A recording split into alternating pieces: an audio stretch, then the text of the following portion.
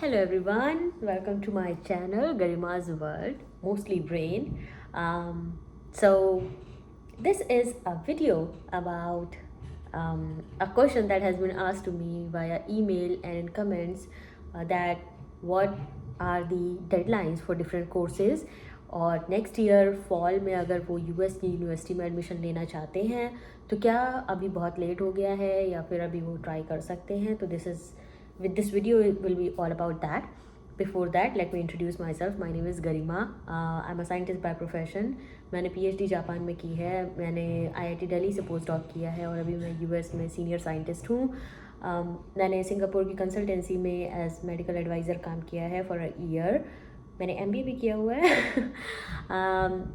तो मुझे ऐसा लगता है कि मैं क्वालिफाई करती हूँ थोड़ी सी निटी ग्रिटी डिटेल्स देने के लिए, जो कि आपको वेबसाइट्स पर या फिर ऐसे ऑनलाइन जो भी मटेरियल अवेलेबल है उसमें नहीं मिलती हैं.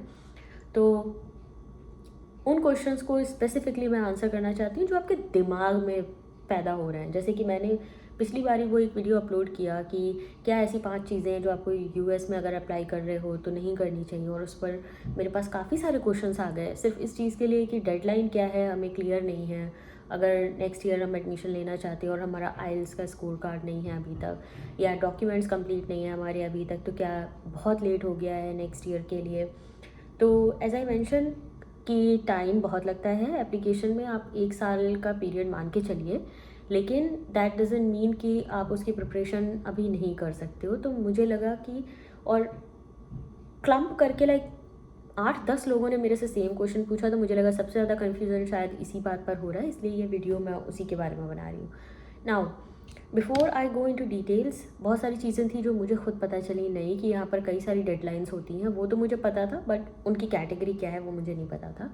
तो let's start and keep in mind, मैं हर जगह वो आपको रिमाइंड कराती रहूँगी कि ये डोमेस्टिक के लिए है और आप इंटरनेशनल हो तो आपके लिए क्या है, तो उसको थोड़ा सा केयरफुली सुनिएगा.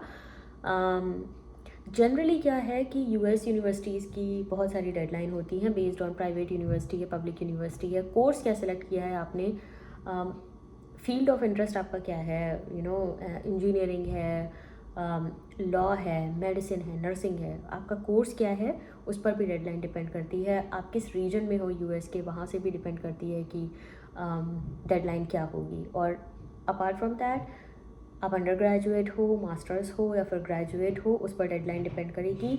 एंड आप इंटरनेशनल हो या डोमेस्टिक हो, उस पर आपकी डेडलाइन डिपेंड करेगी. ठीक है. Before I go into the specific section, late me give you a general idea कि वो डेडलाइंस हैं क्या क्या. तो उनके कुछ नाम हैं यहाँ पे, और वो उनकी डिटेल क्या है वो मैं आपको बताती हूँ. तो first is early decision. Early decision की जो डेडलाइन होती है वो होती है रफली अराउंड नवंबर. सो 1 नवंबर आप मान के चलिए. और अर्ली डिसीजन का मतलब ये होता है कि आपने अप्लाई कर दिया है एक यूनिवर्सिटी में, and upon your acceptance you will start your study there. Okay. ये एक तरह का बाइंडिंग इसमें होती है, जो कहते हैं ना बॉन्ड कर दिया कि हाँ अभी आपके साथ ही पढ़ना है अगर यहाँ पे सिलेक्शन हो गया. ओके.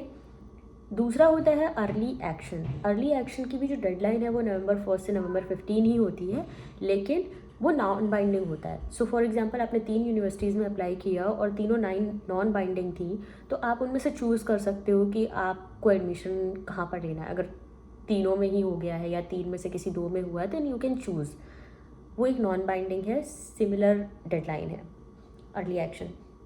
उसके अलावा एक रेगुलर डिसीजन होता है. रेगुलर डिसीजन मतलब एक common deadline for each student inside US. तो ये एक डोमेस्टिक डेडलाइन है जो कि यूजुअली होती है जनवरी से जनवरी 15. ठीक है. अब आप खुद से सोच सकते हो कि जो normal deadline for US students है वो जनवरी 1 से जनवरी 15 है.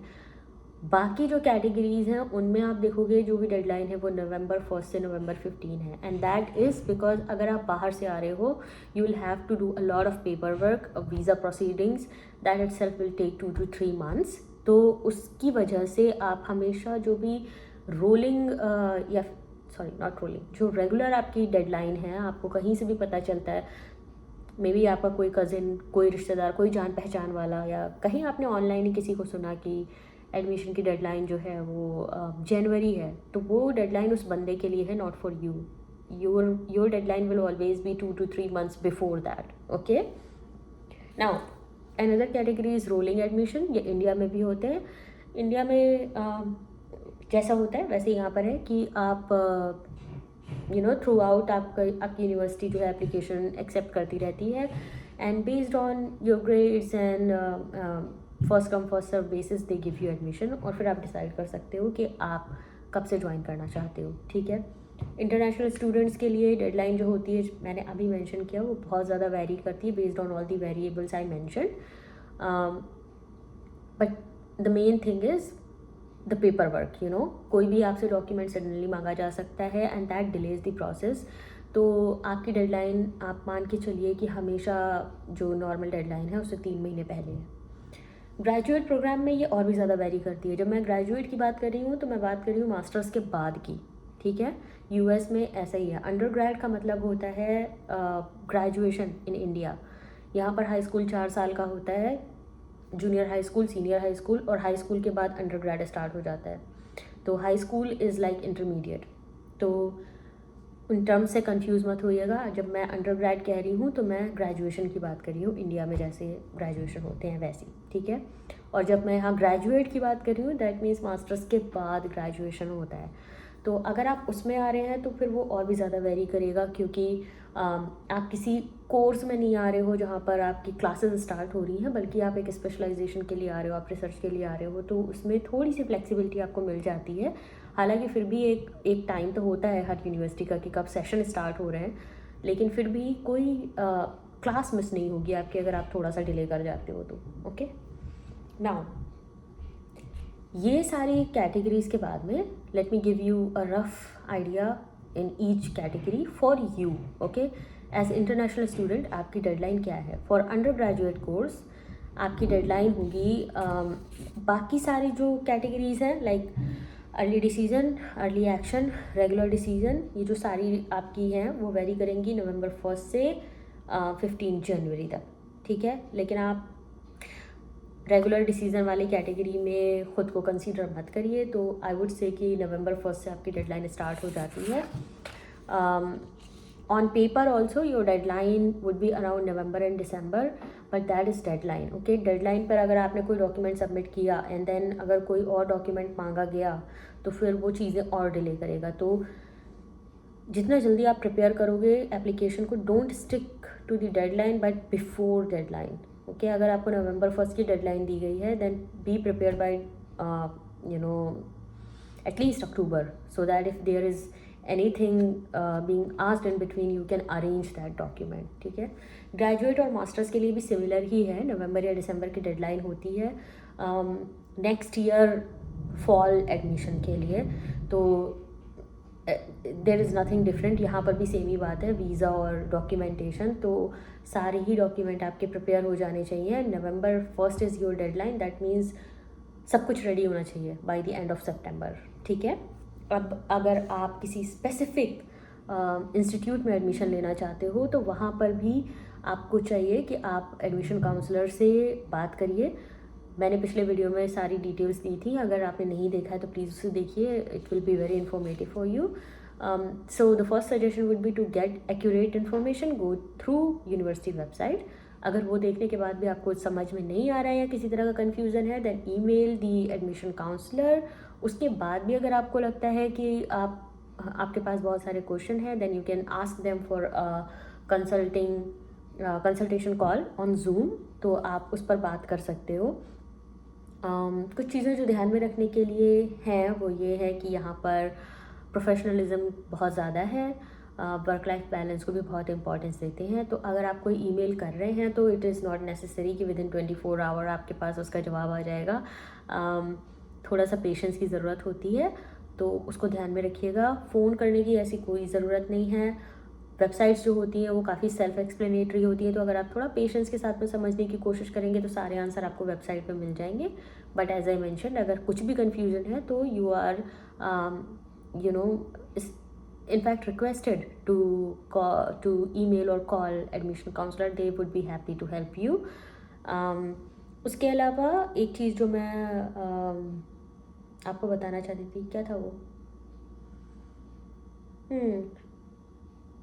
मिस हो गया कुछ but anyways these were like कुछ छोटा ट्रिवियल सा छूटा है, but I think this is all that I wanted to tell you. My god, I don't know, it's irking me कि कुछ मेरे से छूट रहा है, बट एनीवेज.